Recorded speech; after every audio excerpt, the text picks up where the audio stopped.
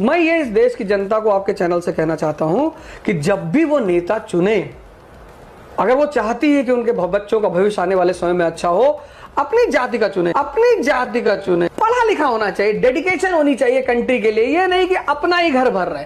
नेताजी जब नेता थे तो बजाज सुपर पे चलते थे, अब मर्सिडीज का कारवां चल रहा है, तो छीन लो वो जो मर्सिडीज जो तुम्हारे ही पैसे की है। अब ये भाषा तो लगता नहीं है कि ये पढ़े लिखों का भाषा है, क्योंकि कोई भी टीचर, कोई भी शिक्षक ये नहीं कहता है कि नेता अगर चुनना है आपको तो सिर्फ अपने बिरादरी का, अपने जाति का नेता चुने, तभी जाकर जो है आपके बच्चे का भविष्य बन सकता है। वैसे केजरी मियाँ तो इनके गले में पट्टा तो डाल ही दिया है।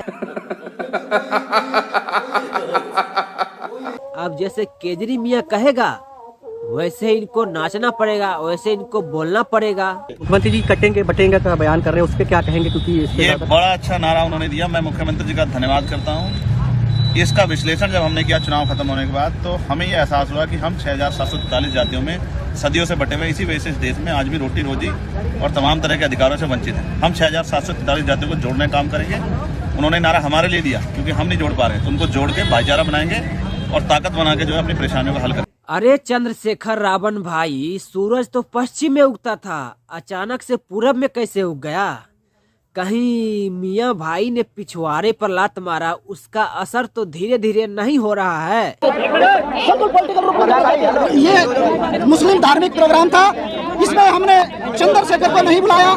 चंद्रशेखर का विरोध करते हैं, चंद्रशेखर बिना बुलाए यहाँ पर आए हैं। ये धार्मिक प्रोग्राम है, हम अपनी मांगे रखना चाहते हैं सरकार से, और चंद्रशेखर का विरोध करते हैं कि राजनीतिक मंच में उन्होंने बैनर भी लगाया, हमने बैनर फाड़ दिया पीछे से। देख, यहीं से रावण की हैकरी निकल गया। चला था वक्फ बोर्ड को सपोर्ट करने के लिए दिल्ली।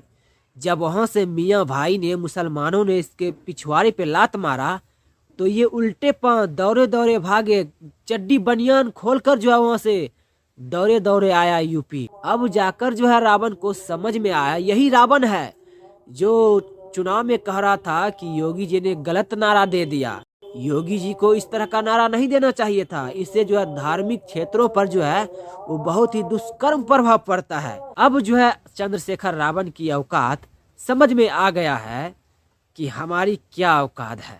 क्यों चंद्रशेखर रावण भाई, योगी जी ने सही कहा था ना। 50 सीटें अगर भारतीय जनता पार्टी 27 में पा जाएगी तो मैं राजनीति छोड़ दूंगा।